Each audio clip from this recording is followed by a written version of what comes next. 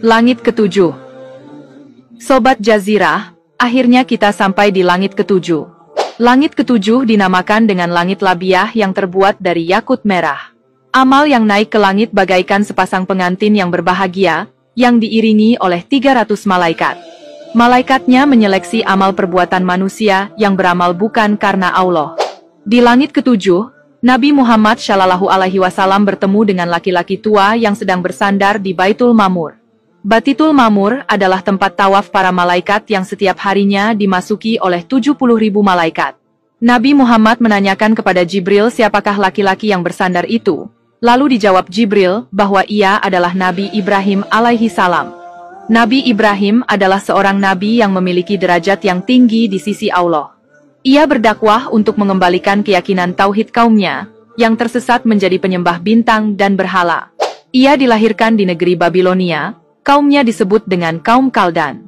Akar dari 3 agama samawi, yaitu Islam, Kristen dan Yahudi, bisa ditelusuri sampai ke Nabi Ibrahim, melalui kedua putranya yang juga seorang nabi, yaitu Nabi Ismail dan Nabi Ishak. Di langit inilah tumbuh Sidratul Muntaha, pohon bidara raksasa penanda ujung langit ketujuh yang tak terlangkahi segala makhluk Allah, sekaligus penanda batas pengetahuan tentang langit. Sobat Jazirah, Rasulullah Shallallahu Alaihi Wasallam pun melanjutkan perjalanannya ke Sidratul Muntaha yang keindahannya tak bisa digambarkan. Dalam fase ini, beliau tidak lagi didampingi oleh malaikat Jibril. Saat Allah menghendaki hambanya bertemu dengannya, dia akan menemuinya di sekitar Sidratul Muntaha. Hingga kini, satu-satunya manusia yang pernah mengunjungi Sidratul Muntaha dan bertemu dengan Allah hanyalah Nabi Muhammad Shallallahu Alaihi Wasallam. Keindahan Sidratul Muntaha tak bisa digambarkan dengan kata-kata. Dalam berbagai riwayat, Nabi Muhammad mengatakan bahwa pohon tersebut memiliki daun yang besar layaknya telinga gajah. Begitu pula buahnya yang besar-besar seperti tempayan dari batu. Setiap kali beliau merespons perintah Allah, bentuk Sidratul Muntaha tampak berubah-ubah. Di sekitar Sidratul Muntaha terdapat 4 sungai. 2 sungai tampak nyata, sementara 2 sungai lainnya tampak samar. Jibril berkata, 2 sungai yang tampak samar adalah sungai dalam surga, sedang 2 yang tampak nyata adalah sungai Nil dan sungai Efrat. Di Sidratul Muntaha, Rasulullah diberi kesempatan untuk bertemu Allah Subhanahu wa Ta'ala dan berdialog langsung dengannya. Saat itulah Allah memerintahkan Rasulullah dan umat Muslim untuk menjalankan sholat sebagai ibadah wajib.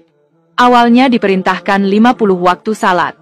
Ketika Nabi Shallallahu Alaihi Wasallam baru turun sampai di langit ke-6 bertemulah dengan Nabi Musa, lalu beliau menanyakan, "Apa yang telah dikatakan Allah untukmu?"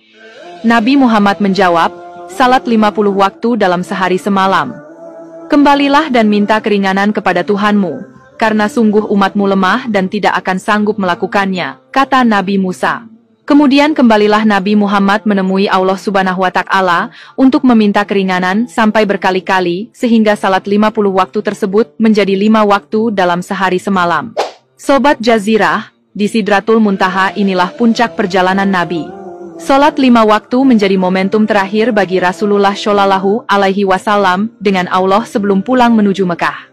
Begitu pentingnya, salat hingga perintah turunnya Allah berikan langsung di tempat yang begitu mulia yakni di Sidratul Muntaha. Semoga kita tidak termasuk ke dalam golongan yang suka melalaikan salat. Demikian Sobat Jazirah, semoga penjelajahan kita mengarungi setiap lapisan langit memberikan banyak hikmah dan manfaat bagi kita semua, terutama untuk meningkatkan keimanan dan ketakwaan kita kepada Allah Subhanahu wa Ta'ala, terutama yang disimbolkan dalam kepatuhan kita menjalankan kewajiban, yaitu salat 5 waktu. Semoga bermanfaat dan Assalamualaikum.